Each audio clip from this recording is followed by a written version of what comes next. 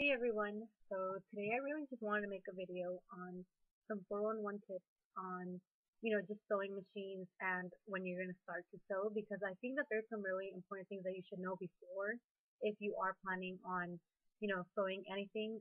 It doesn't just have to be for, if you want to study fashion or fashion design, but it's also like if you like quilting, and or if you want to get into it or even just to fix your stuff, like maybe if some jeans fit you really good, but they're too long for you and you need to fix them. Or after maybe sometimes when you wear a jean from the bottom, it starts like ripping up a little bit, and just so that you know how to fix it because it's really easy and you shouldn't have to go and pay for it. You can really just do it yourself.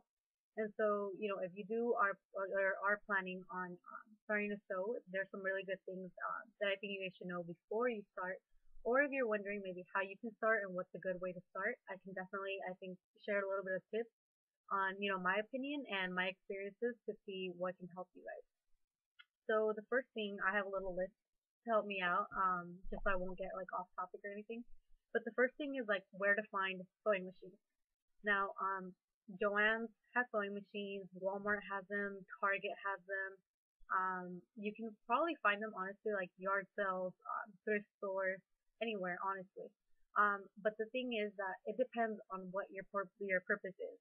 If you just want to use it for home projects or quilting and stuff like that, you don't need an industrial machine because there's a difference with the home machine and the industrial machines. Obviously, industrial machines are faster, so, and they're easy to use, and but they're really, really fast. They're really smooth. They can take up a lot of different fabrics. Thickness, they're pretty good on taking different thicker fabrics. But the thing is that obviously the price range is very different.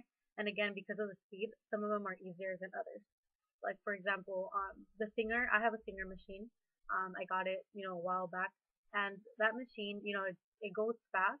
But since at Fitum they teach us on the Juki machine, which is an industrial machine, and those machines like you barely tap on the pedal and it takes off.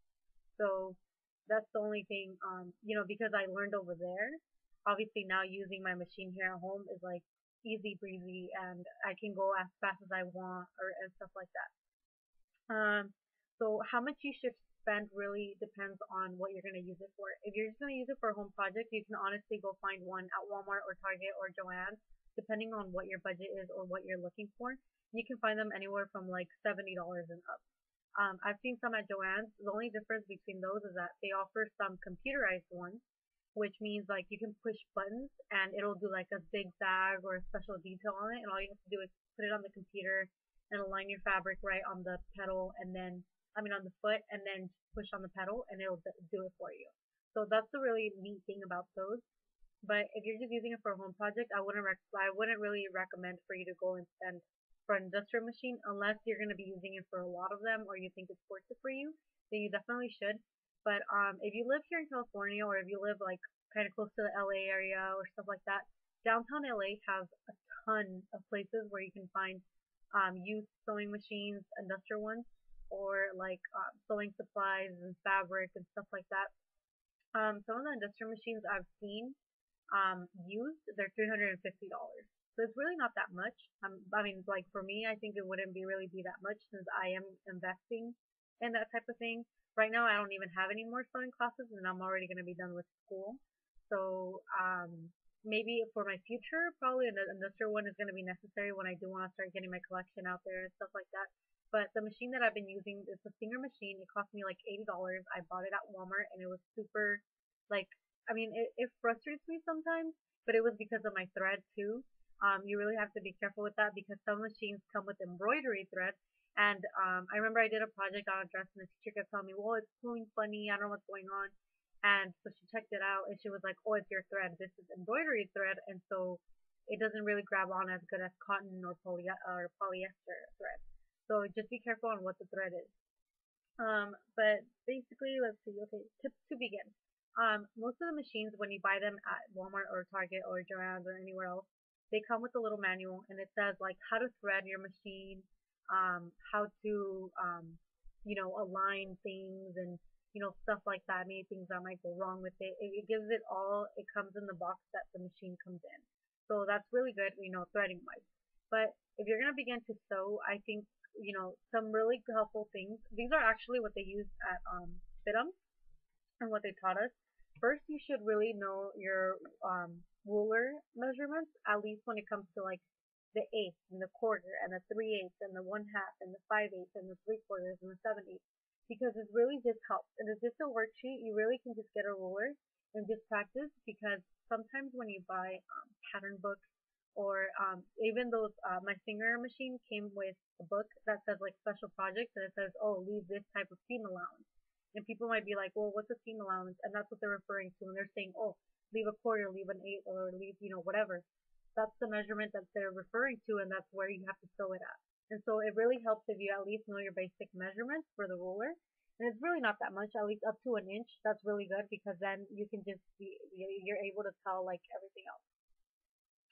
Another thing too that they use, it may seem kind of silly, but it's really good. I mean, since we learned on the industrial ones, those machines, like I said, they take off. I already had my finger machine before I started school, but I used to just fix my jeans. It was a really bad job, honestly, but I really just taught myself by the book. But when I did learn on the industrial ones, we had machines kind of that had, I mean, we had papers, like a whole paper that just had curves like this all the way down. Or we had papers that had a maze like this, and basically what our teacher would tell us, without thread or anything, just the machine itself and the needle, we would have to, like for homework or like for in-class work, we would have to trace all the lines. So obviously she would be able to tell if we would do it, because all these lines would have little holes going all around like through them. So that really helped us like kind of get in practice on just kind of like how to maneuver things, and also because the number one thing when you're learning how to sew is the speed, because you don't want to like push too hard, but you really have to so sorry, my computer, but anyways, You really have to like to learn how to manage your speeds. And I think I probably got a little better when I learned how to drive. Or actually, I think the opposite way. It kind of helped me drive. So, because I kind of learned how to balance my foot or whatever, or how much pressure the pedal needed. But yeah, these are really good for that. And you can do this by yourself. Since I don't have my worksheets anymore, I like clean out after each class is over. But you can literally just get a blank paper, just draw curves or draw a little maze like this, and just put it on your machine and follow it with your fingers. Just kind of maneuver it around and keep pressing on the pedal so you learn. And that way you're not using thread, you're not wasting fabric, and there you go. After that, I think a really good idea would be to go buy cheap fabric.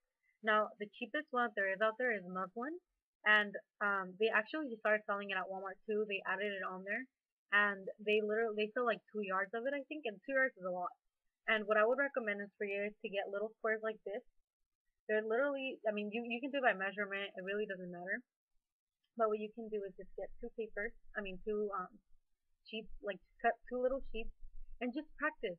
Like just practice sewing all the way down, and that's actually what our requirements were too. Um, like for this one, you guys can tell this is when I was learning how to do my quarter seam allowance. Um, and so as you guys can tell, this is how we had to do it after we just had to press them open. But literally, I mean, it was just about getting the two rectangles and sewing them at a quarter. And then after that, we put it flat, we opened up the seam, and we just seamed it all the way down. So we did this with the quarters, and then that's how. After that, we had to do every measurement. So then they taught us like the half, and then they also taught us how to do zippers, because that's how we learned how to do zippers. This is like for my first sewing class, this is what they were teaching us. So yeah, it's pretty neat. It's pretty cool. How they taught us to do all that stuff. But I'm obviously not gonna like share everything, but it's a pretty good idea if you're starting, because you don't want to go and just buy like really nice, maybe like expensive fabric and then practice on that. So it's better to just get like muslin, and then just with the muslin you can just practice sewing, and it's not even expensive. It's really cheap. So yeah, I honestly, I think those are like my only tips on how to start. But I think you should definitely not be frustrated, because a lot of times, I mean, I would get frustrated with my machine, because I mean, I would compare them to the ones at school, and I'd be like, okay, the ones at school are so easy, like this one's so frustrating because like the thread gets caught up, whatever. But sometimes it's really just a matter of patience, or sometimes like you really just need to oil your machines and all that. And so I would really recommend for you guys to first, read through the book and really first practice like on these worksheets, like what I told you guys. because it will really help. And I've seen so many YouTube videos that they say, oh look, do this, do that, but this is actually like really really good. You can at least do it at least like 2 times, and then you'll see how it works out for you. And who knows, it might just make you better. Or even if you already are sewing but you're not really happy with the quality or stuff like that, this is really like easy breezy type of stuff. It's like when you're learning how to spell. That how you have to trace the letter, then you have to keep going like in kindergarten and when they were teaching you or first grade. And so it's really just easy basic stuff that you can do, and it's really cheap. I mean, all you need to do is get a pen and get a paper and just draw yourself curves, draw little mazes, and there you go. So yeah, I think yeah, I think that was pretty much all I was gonna say. But also, if you do want to take a class, I know Joanne's offers some because I'm constantly kind of going to Joanne's just for crafts and stuff. I really just like doing all that stuff. So Joanne's offers sewing classes. You can definitely probably take a sewing class at a community college, or you can even just learn on YouTube because I've seen a lot of YouTube videos. But like I said, it's kind of good if you do this, and remember to also think about what you're going to be using your machine on, so that you kind of know what budget to stay at, or maybe how much is worth spending. But yeah, I hope you guys have fun. Definitely have a lot of patience. Um, but yeah, if you guys have any questions or anything, just let me know, comment, or hit me up on Twitter or something, and I will totally try to answer them as soon as I can. Okay, so yeah, bye guys.